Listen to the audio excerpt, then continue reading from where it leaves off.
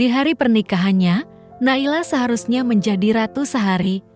Namun semua berubah menjadi mimpi buruk saat sang ibu mertua menyiram air kotor ke wajahnya di tengah resepsi megah, di hadapan ratusan tamu. Harga dirinya dilumat, tapi 1 jam setelahnya, keadaan berbalik total. Orang-orang yang menghina mendadak meminta maaf, membungkuk, bahkan memohon ampun. Siapa sebenarnya Naila? Dan bagaimana ia bisa membalikkan keadaan begitu cepat? Cerita ini bukan hanya tentang balas dendam, tapi tentang kekuatan batin, harga diri, dan betapa dunia sering menilai orang dari luarnya saja. Hari itu seharusnya jadi hari paling bahagia dalam hidupku. Gaun putih mengembang seperti mimpi masa kecil yang akhirnya jadi nyata, make-up natural dengan sentuhan elegan, rambut disanggul rapi, dan senyum manis yang terus kutahan agar tidak berlebihan, semua terasa sempurna. Sampai saat itu, lampu gantung kristal berkilauan. Bunga-bunga segar tertata cantik di setiap sudut ballroom hotel bintang 5, musik jazz pelan mengalun, mengiringi suara riuh tamu yang datang dari berbagai penjuru kota.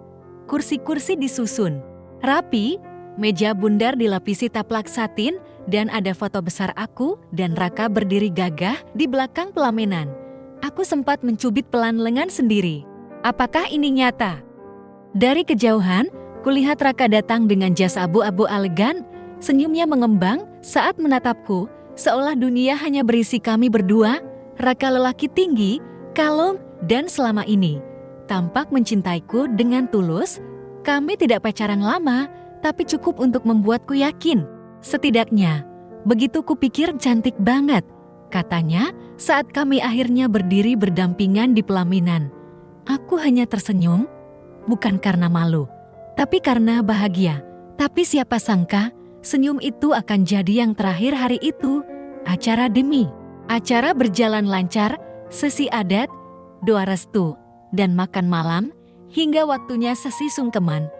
Iya, momen di mana pengantin memberi hormat pada orang tua. Tradisi yang selalu membuatku terharu setiap kali melihatnya di pernikahan orang lain.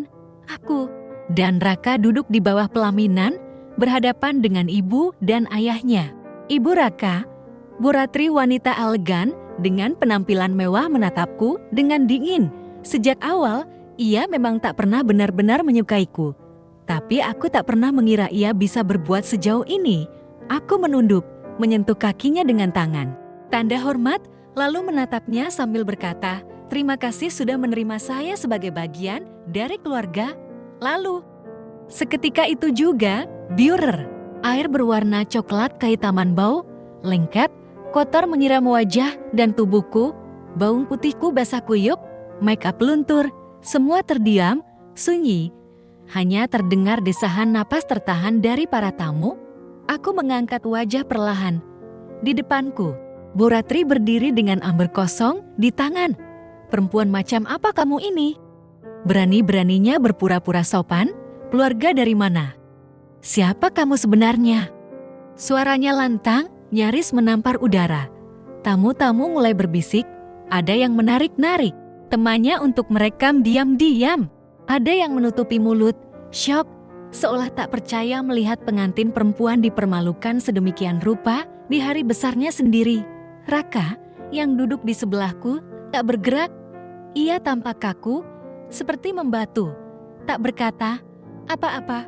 Aku tidak akan pernah merestui pernikahan ini. Perempuan dari keluarga rendahan, tidak jelas asal-usulnya, mau jadi istri anakku. Lanjut ibunya, aku masih diam. Tubuhku menggigil, bukan karena dingin, tapi karena harga diriku seperti diinjak-injak di depan ratusan orang. Tapi entah kenapa, aku tidak menangis. Tanganku mengusap sisa air kotor dari wajah. Aku berdiri perlahan, semua mata menatapku. Beberapa tamu mulai merekam dengan ponsel, beberapa lainnya memilih pergi dari tempat duduk. Aku menatap Ibu Raka dengan mata yang tak lagi gentar, lalu menatap Raka, matanya menghindar.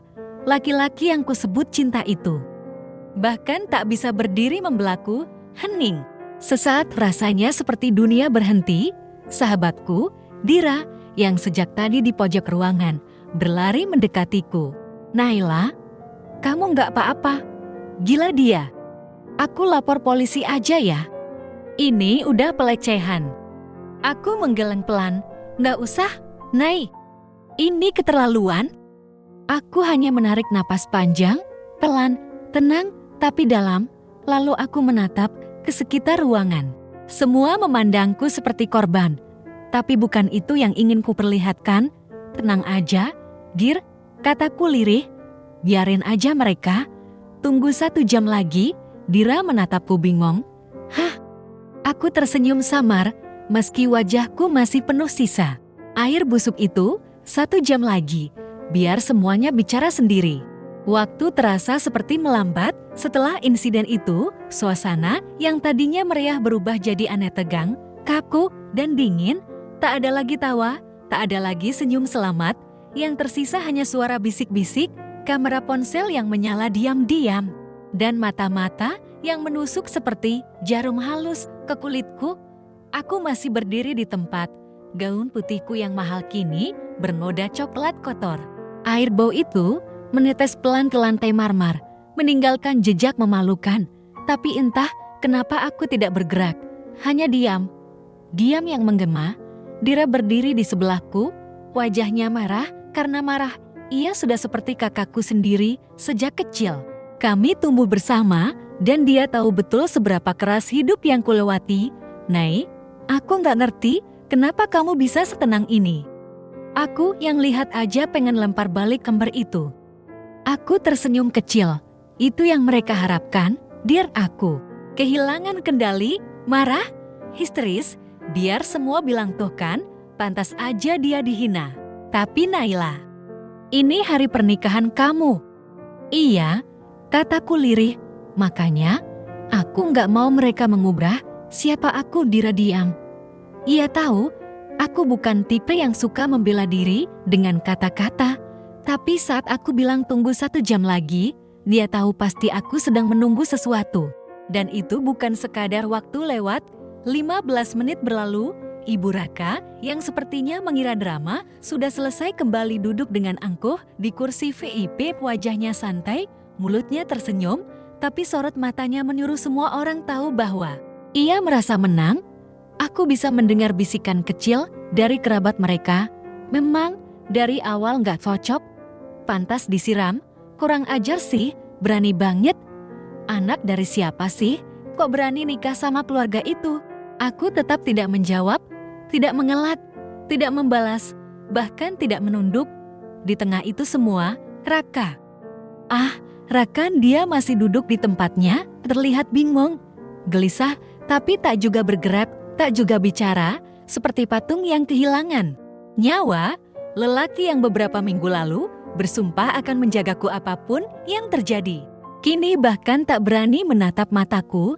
Seketika aku merasa sendirian di ruangan yang penuh manusia. 20 menit berlalu, seorang pria paruh baya dengan setelan rapi berjalan masuk dari pintu utama. Beberapa orang yang mengenalnya langsung berdiri dan memberi hormat. Itu Pak Suyono, Direktur Yayasan Citra Karya. Beliau bukan hanya tokoh penting dalam bidang sosial, tapi juga dikenal dekat dengan kalangan atas. Langkahnya tegap, sorot matanya tenang, tapi tegas. Tanpa basa-basi, ia berjalan langsung ke arahku, tersenyum kecil.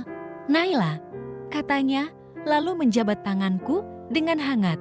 Beberapa tamu mulai gelisah, apalagi saat Pak Suyono mencium punggung tanganku dan berkata dengan suara pelan namun cukup jelas, "Kamu baik-baik saja? Kalau kamu mau, saya bisa hentikan semua ini sekarang." Aku hanya menggeleng pelan. "Terima kasih, Pak, saya hanya butuh beberapa menit lagi." Pak Suyono menepuk bahuku. "Baik, tapi kami semua di sini kalau kamu butuh." Detik itu juga, suasana ruangan mulai berubah. Wajah-wajah yang tadinya sinis perlahan mulai ragu, bisik-bisik mulai terdengar. "Itu Pak Suyono, kan? Kok bisa kenal sama Naila? Dia nyebut kami. Maksudnya siapa aja?" Dira tersenyum miring di sampingku, akhirnya mulai sadar juga. 35 menit berlalu, seorang wanita anggun bergaun merah muda pastel masuk ke ruangan. Ia berjalan cepat ke arahku, lalu memelukku erat tanpa berkata apa-apa. Beberapa tamu wanita mulai berdiri. Ada yang mengenali sosok itu. Itu Bu Mirna Isentreshe, komisaris di BUMN besar itu. Seseorang menambahkan, dan dia juga pengusaha properti. Kok bisa kenal Naila? Satu persatu tamu mulai berdiri. Orang-orang penting, bukan kerabat Raka, tapi dari pihakku. Mereka datang bukan untuk sekadar menonton, mereka datang karena satu alasan. Aku, salah satu pejabat perempuan, bahkan berkata keras, cukup, agar terdengar oleh barisan depan. Kalau saja saya tahu ini akan terjadi, saya akan pastikan tidak ada seorang pun yang berani mempermalukan anak seperti Naila. Kepala Bu Ratri mulai menengok kiri dan kanan, wajahnya mulai tidak setegas tadi. Mulutnya mencibir, tapi tangannya meremas tisu, gugup, tidak lagi setenang tadi. 45 menit berlalu, aku mulai berjalan pelan ke belakang ruangan, melewati tamu-tamu yang menunduk tak berani menatap. Di pojok, salah satu ajudan dari Kementerian Sosial berdiri sambil sibuk menelepon. Begitu melihatku, ia memutuskan panggilan dan menyalamiku hormat. Bu Naila, kalau ibu tidak keberatan, Pak Menteri ingin mengundang ibu ke acara khusus minggu depan. Aku hanya mengangguk, lalu berbalik melihat kerumunan tamu. Beberapa mulai keluar dari ballroom. Ada yang malu, ada yang merasa bersalah, ada yang justru kebingungan, tapi satu hal pasti, yang awalnya meremehkan, kini mulai bertanya-tanya, siapa sebenarnya perempuan itu? 1 jam, tepat, aku kembali ke pelaminan. Berdiri tegak, mata semua tertuju padaku. Raka menatapku penuh tanya, seperti tak mengenali perempuan yang berdiri di sampingnya kini. Bukan Naila yang pasrah, bukan Naila yang tunduk, tapi Naila yang penuh wibawa. Bahkan dalam kondisi gaun lusuh dan wajah belepotan, Dira menatapku dengan mata berkaca-kaca. Aku tahu kamu kuat, Nay, tapi ini lain. Aku hanya tersenyum. Bukan aku yang berubah, mereka yang baru melihatku benar. Tepat 1 jam sejak air kotor itu membasahi wajahku, dunia di sekelilingku mulai berubah perlahan, tapi terasa sangat nyata. Bukan karena aku melakukan apapun, bukan karena aku marah atau membentak siapapun, justru karena aku tidak melawan. Banyak yang mulai bertanya-tanya, 1 jam itu menjadi saksi betapa dia bisa lebih nyaring dari teriakan. Aku kembali duduk di pelaminan. Raka masih di sebelahku, tapi aku tak banyak menoleh. Matanya mencari tatapanku, namun aku terlalu letih untuk memberinya pengakuan.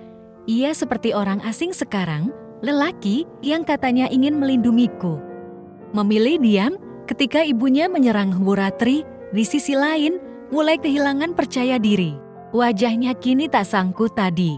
Sepatunya bahkan tak sengaja terinjak kain panjang kebayanya sendiri. Mungkin tak banyak yang menyadari. Tapi aku tahu persis, ia gugup. Lalu datanglah dia.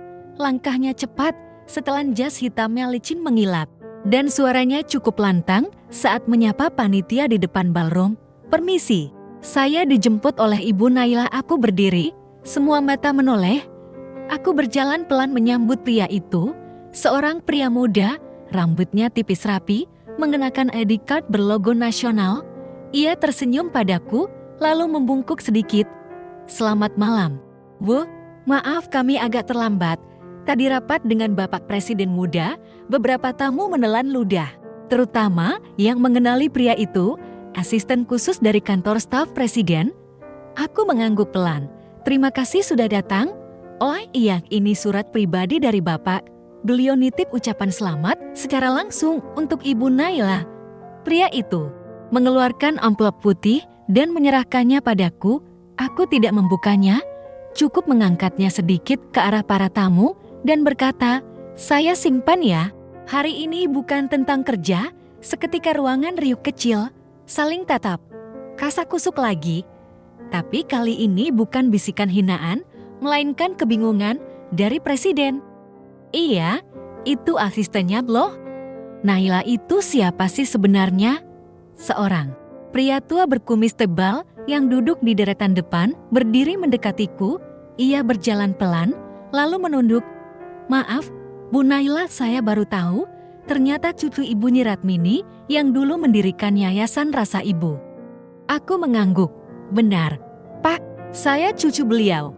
Beberapa wajah yang tadi penuh cemooh kini memucat, Nyi Ratmini bukan nama sembarangan, tokoh perempuan inspiratif, pendiri yayasan pendidikan dan sosial terbesar di Jawa Tengah yang kisah hidupnya bahkan pernah diangkat ke film dokumenter nasional. Dan aku Naila sengaja tidak memakai nama keluarga itu, bukan karena malu, tapi karena aku ingin dikenal sebagai diriku sendiri, bukan karena nama warisan. Seseorang berdiri dan membungkuk, lalu satu orang lagi, lalu satu lagi. Mereka mulai mendekat, menyalami, meminta maaf. Bahkan beberapa di antaranya adalah yang tadi mencibir, menyindir, bahkan tertawa kecil saat air kotor itu mendarat di wajahku. Dira di sebelahku terkikik pelan. Jadi ini yang kamu maksud ya? 1 jam lagi. Aku tersenyum miring. Iya, bukan ancaman, Dir. Cuma, aku percaya kebenaran selalu datang tepat waktu. Lalu, sesuatu yang tak kusangka terjadi. Bu Ratri berdiri, langkahnya tak lagi tegap, tatapannya goyah. Ia berjalan pelan ke arahku, tidak membawa ember, tidak membawa kemarahan, hanya keheningan dan rasa bersalah. Aku tidak bicara, hanya menatapnya. Ia berdiri di depanku, tak berkata apa-apa selama beberapa detik. Lalu, perlahan, tangannya meraih sapu tangan dari tasnya, dan ia mengulurkannya kepadaku. Aku tidak tahu. Maafkan saya, Nak. Tangannya gemetar, suaranya parau.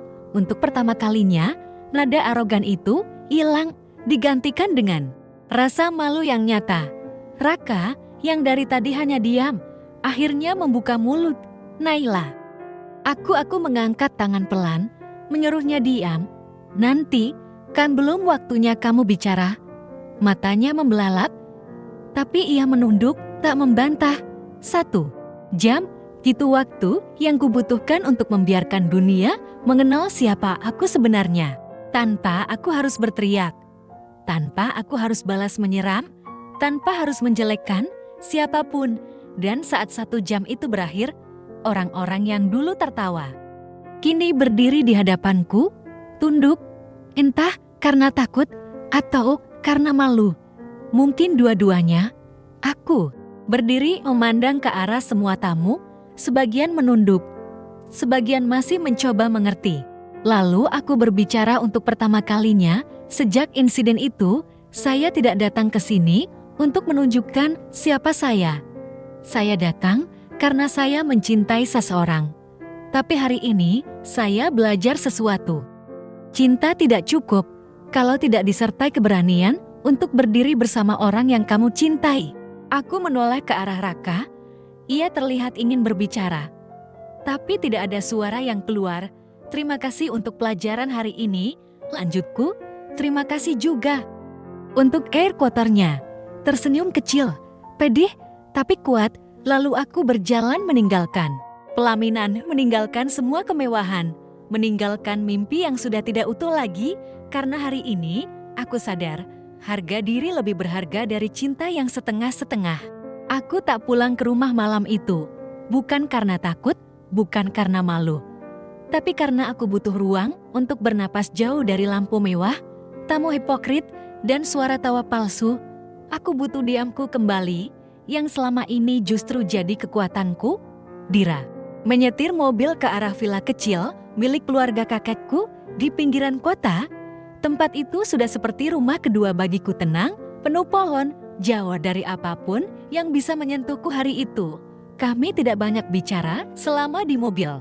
Hanya musik instrumental pelan dari speaker yang menemani. Dira sesekali melirikku lewat kaca spion, tapi tak bertanya. Mungkin karena dia tahu, aku sedang menyiapkan diriku untuk menjawab semua pertanyaan yang akan datang. Dan memang, ketika kami sampai, notifikasi di ponselku sudah seperti badai, ratusan pesan, puluhan message cah. Grup keluarga meledak, grup kantor lebih parah. Aku sih jujur ya, Nay, Dira akhirnya angkat bicara sambil menyerahkan segelas coklat panas. Kalau aku di posisi kamu, mungkin udah dari awal kubakar aja pelaminan itu. Aku tertawa kecil. Makanya kamu bukan. Naila, dia ikut tertawa. Tapi serius, Nain, semua orang sekarang heboh banget. Banyak yang baru tahu siapa kamu. Banyak yang kaget. Bahkan ada yang merasa dibohongi. Katanya, kok Naila bisa serendah hati itu? Padahal koneksinya gila. Aku meletakkan gelas coklat karena menurutku koneksi itu bukan untuk ditunjukkan. Diri itu untuk dipakai saat benar-benar dibutuhkan. Dira mengangguk pelan. Tapi kamu harus tahu, kamu jadi perbincangan sekarang. Ada yang mengagumi, ada yang iri, ada juga yang, ya, kamu tahulah, nyinyir khas media sosial. Aku hanya tersenyum. Aku tahu risikonya dari awal. Begitu aku membuka sedikit saja siapa aku sebenarnya, dunia akan bicara. Tapi mungkin memang sudah saatnya aku tak lagi sembunyi. Beberapa hari berlalu, aku menolak semua undangan wawancara, menolak konferensi pers, bahkan menolak semua ajakan rekonsiliasi dari keluarga Raka. Raka sendiri tidak berhenti menghubungi. Ia mengirim bunga setiap pagi, mengajak bertemu, bahkan sampai mengirim surat tulisan tangan. Tapi aku belum membalas. Belum saatnya, karena sebelum aku menghadapi mereka, aku harus menghadapi diriku sendiri.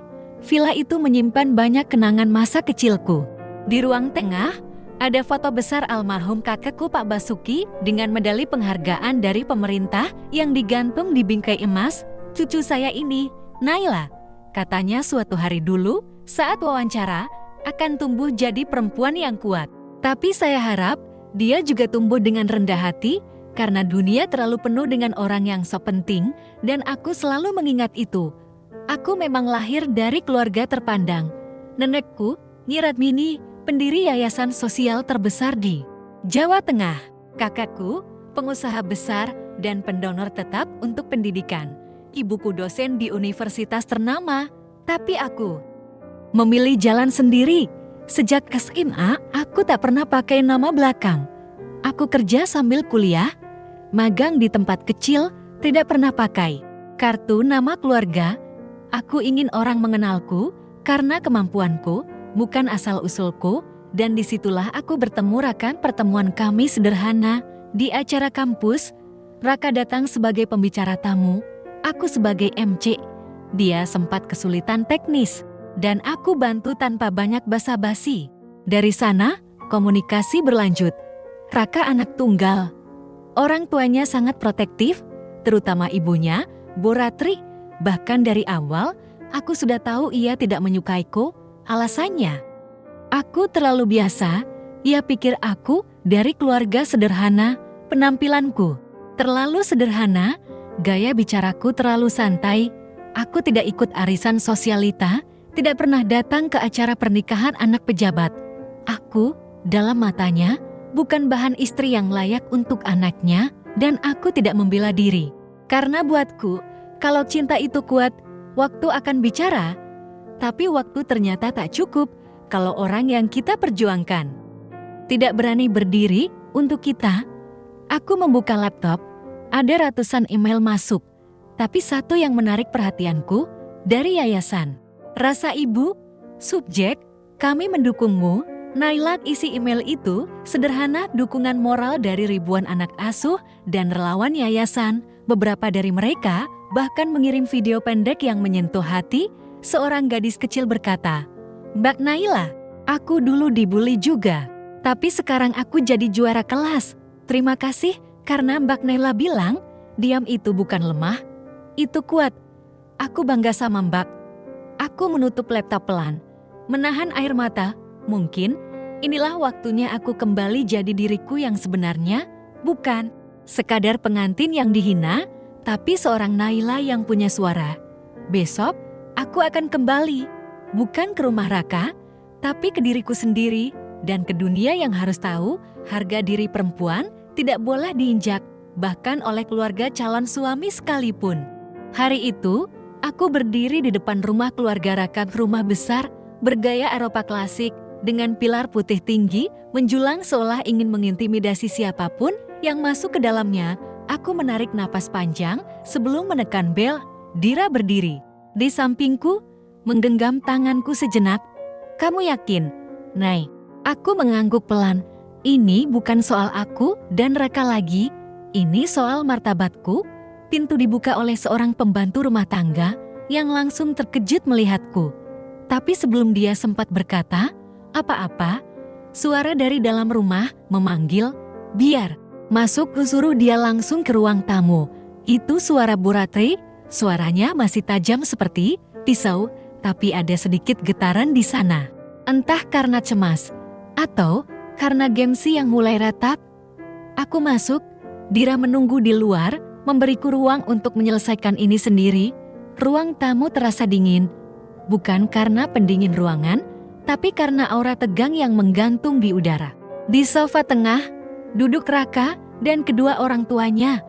Wajah Raka tampak letih, seperti orang yang tak tidur berhari-hari. Sedangkan Pak Hendro, ayah Raka, hanya diam menatap meja, dan di sisi lain, Bu Ratri duduk tegak, masih dengan kebaya birunya, tapi kali ini tak ada perhiasan berlebihan, matanya sudah tidak setajam dulu, ada jejak ketakutan di sana. Aku berdiri, tidak duduk. Saya datang bukan untuk minta penjelasan, kataku pelan. Saya datang karena kalian belum minta maaf, bukan permintaan maaf untuk formalitas, tapi maaf yang benar-benar keluar dari hati. Hening detik-detik berlalu lambat. Bu Ratri akhirnya membuka mulut. Kamu sudah tahu siapa kamu sebenarnya. Dan sekarang kamu pakai semua itu buat aku angkat tangan. Saya tidak perlu pakai apapun untuk membuat ibu terlihat buruk. Ibu sudah melakukannya sendiri. Bu Ratri terdiam. Ia ingin membalas, tapi tak punya bahan. Kebenaran memang membungkam.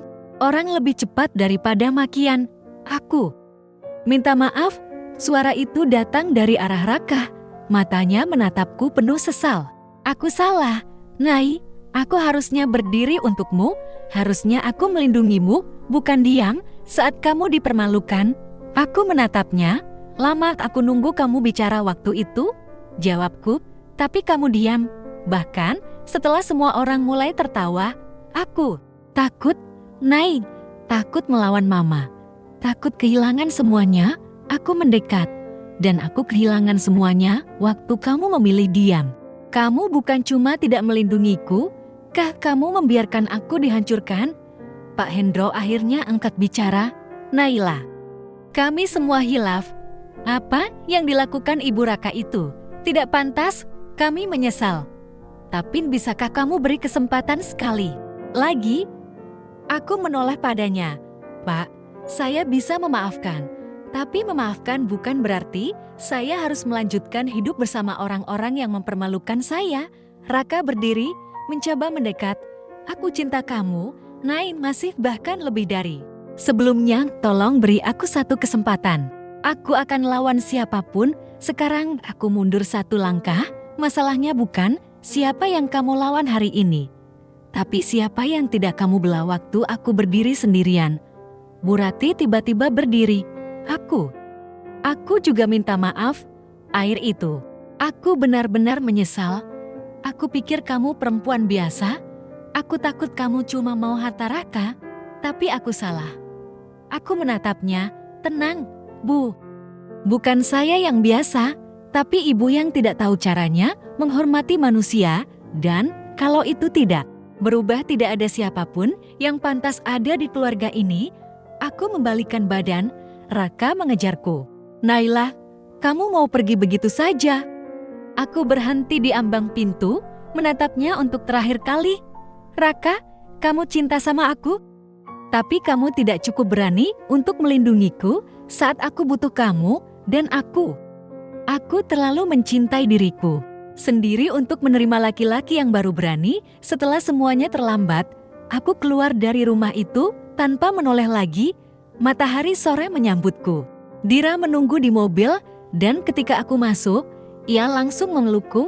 Kamu luar biasa, bisiknya. Aku hanya tersenyum. Ada air mata yang mengalir. Tapi bukan karena sedih, itu air mata kelegaan. Karena akhirnya, aku memilih diriku sendiri. Dan untuk pertama kalinya setelah sekian lama, Aku benar-benar merasa bebas. Sore itu, aku duduk di beranda villa, mengenakan kaos putih longgar dan celana santai, rambutku diikat asal, tanpa riasan, tanpa ponsel, tanpa agenda. Untuk pertama kalinya dalam seminggu, aku bisa bernapas dengan tenang. Sudah seminggu sejak pertemuan terakhirku dengan keluarga Raka, seminggu sejak aku meninggalkan semua rencana masa depan yang sudah dirancang. Res pengantin yang belum sempat kotor oleh kue dan janji-janji manis yang akhirnya basi. Dan selama seminggu itu juga, hidupku berubah. Namaku tiba-tiba masuk ke trending topik. Bukan karena skandal, tapi karena keheningan yang membungkam ribuan hinaan, potongan video saat aku berdiri tenang di pelaminan dengan wajah basah air kotor disandingkan dengan detik-detik saat asisten presiden menyerahkan surat ucapan langsung padaku. Reaksinya meledak. Wanita paling elegan dalam menghadapi penghinaan. Kalau Naila diamnya begini, aku takut lihat marahnya. Orang kaya sejati tuh kayak gini, bukan yang pamer mobil mewah di TikTok. Komentar-komentar itu membanjiri media sosial. Jurnalis dari berbagai media menghubungiku untuk wawancara eksklusif. Bahkan produser dokumenter sempat datang ke villa untuk menawarkan proyek film pendek tentang kejadian itu. Tapi aku belum menjawab siapapun karena aku tahu kalau aku langsung terjun ke panggung besar sekarang, aku belum siap. Luka ini masih marah. Aku harus merawatnya dulu sebelum menjadikannya cerita. Setiap pagi, aku mulai menulis jurnal kecil, bukan untuk diterbitkan, hanya untuk mencurahkan isi hati. Hal-hal yang dulu tidak sempat kubicarakan, kini kutumpahkan ke kertas.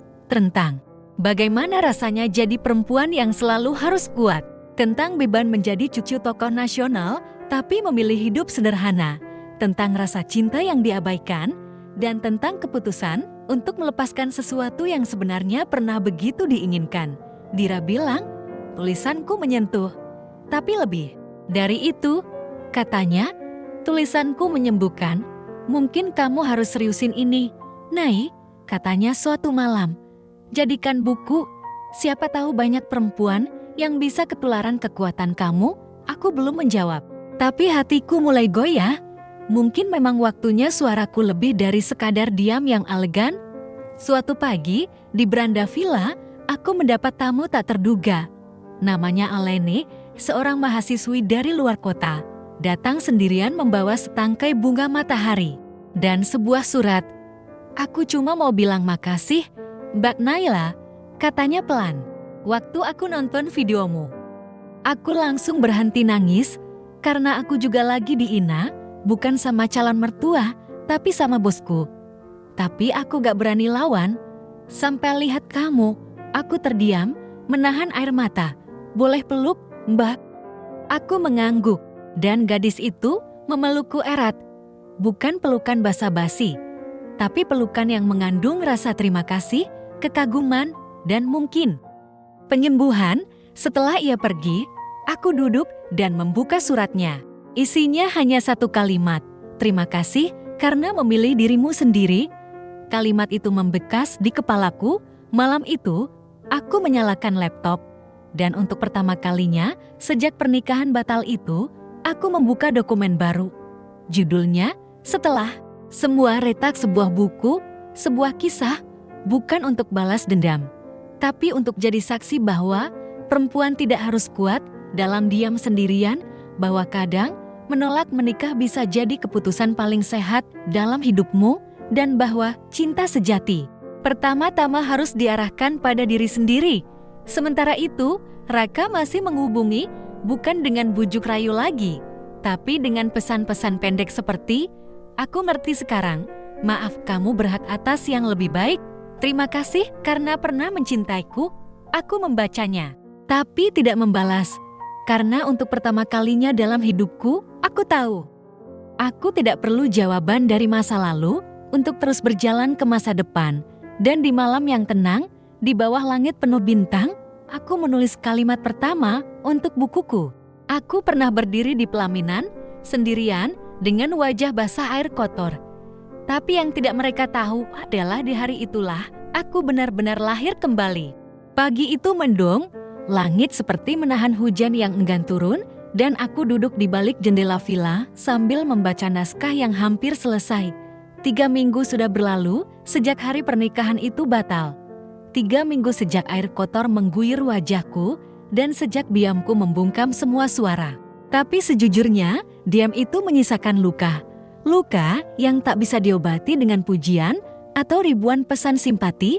Luka yang hanya bisa ditenangkan oleh satu hal, penerimaan, dan hari itu sesuatu yang tak kuduga datang, undangan terbuka dari Bu Ratri, bukan lewat pesan pribadi, tapi melalui sebuah postingan di media sosial yang dengan cepat jadi viral. Saya, Ratri Kusuma, dengan rendah hati mengundang Naila Dewangga untuk bertemu secara terbuka di hadapan media dan publik agar saya dapat meminta maaf secara langsung, tanpa gengsi, tanpa pertahanan. Aku membaca ulang postingan itu berkali-kali sampai aku hafal titik komanya. Dira datang tergopoh-gopoh dari dapur, ponsel di tangan. Ini gila sih, naik Bu Ratri ngajak ketemuan di depan media. Ini jebakan gak sih? Aku menghela napas panjang.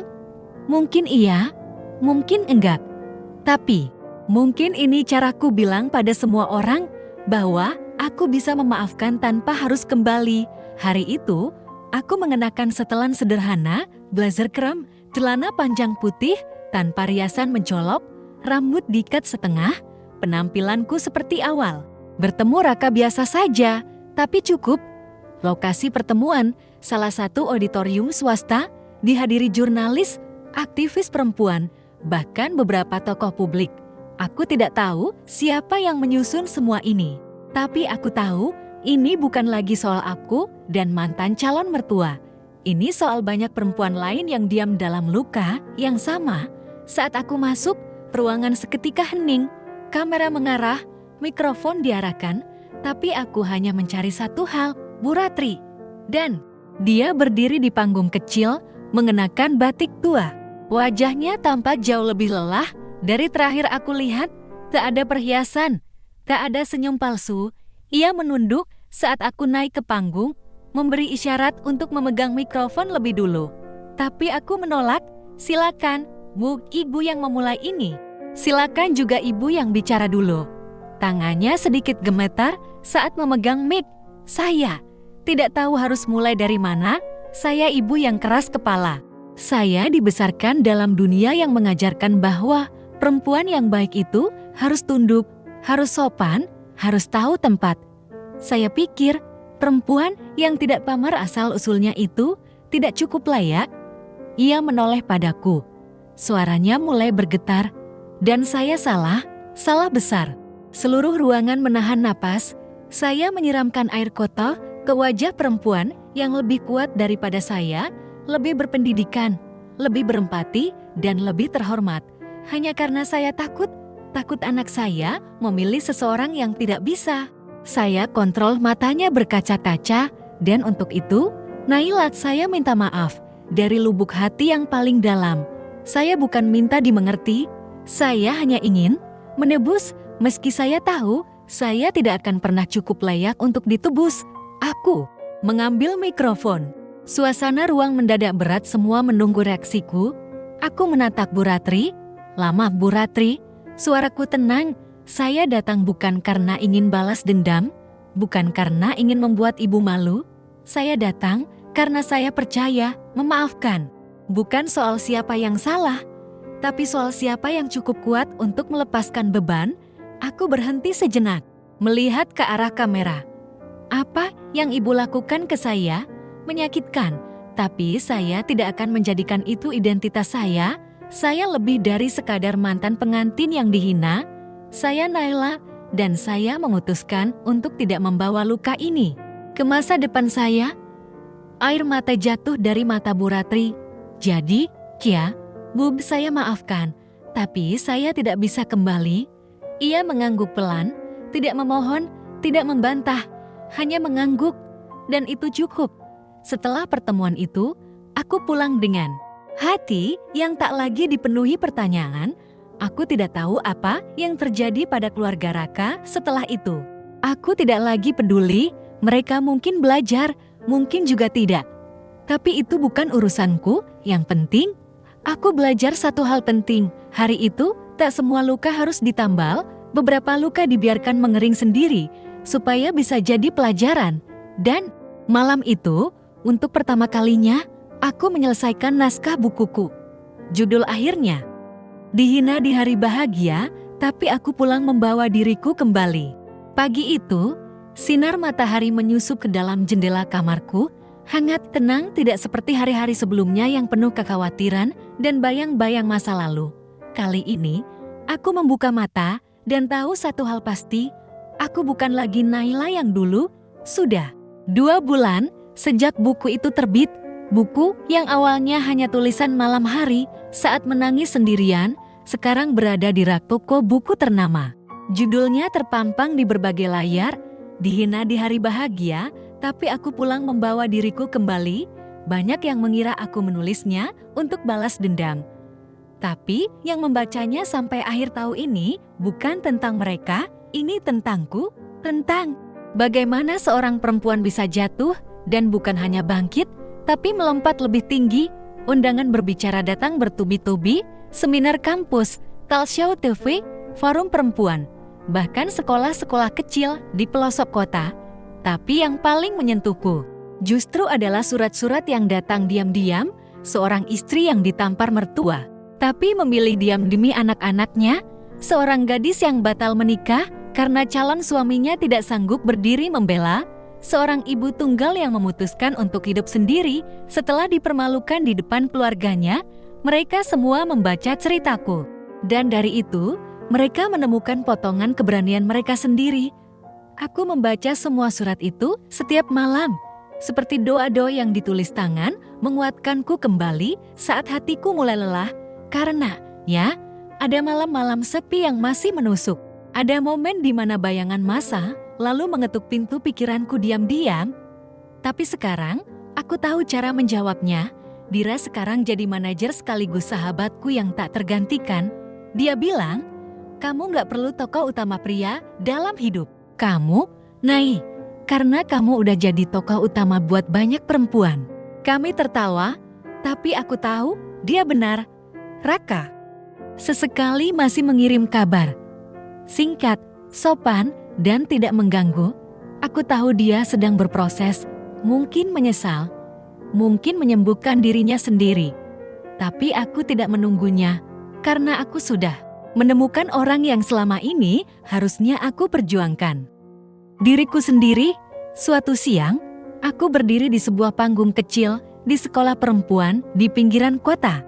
Bukan auditorium megah, hanya ruangan sempit dengan cat tembok yang mulai mengelupas. Di hadapanku ada 20 perempuan muda, matanya menyala, beberapa duduk bersila di lantai, mencatat setiap kata. Aku berbicara pelan, seperti bicara pada adik sendiri. Kalian tidak harus sempurna, tidak harus kuat setiap hari. Tapi kalian harus tahu kapan saatnya berdiri, saat harga diri kalian diinjak, saat suara kalian dibungkam, saat kalian dilihat hanya sebagai pelengkap. Itulah waktunya untuk berkata, aku cukup.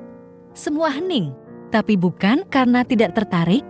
Mereka menyimak, karena mereka merasa. Dan saat satu gadis kecil berumur 15 tahun bertanya, Mbak Naila, gimana caranya biar bisa cinta diri sendiri? Aku menjawab dengan senyum, kamu mulai dengan berhenti menunggu orang lain mencintaimu dulu. Sore itu, aku kembali ke villa. Kopi hangat di tangan, matahari mulai tenggelam di balik pepohonan. Di halaman belakang, angin menggerakkan tirai perlahan.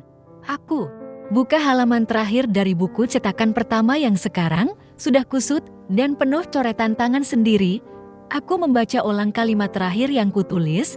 Aku tidak membalas dengan makian, aku tidak membalas dengan kemarahan. Aku membalas dengan satu hal yang tak bisa dihancurkan, harga diri. Aku menutup buku itu, memeluknya sebentar, dan saat langit berubah jingga, aku tersenyum.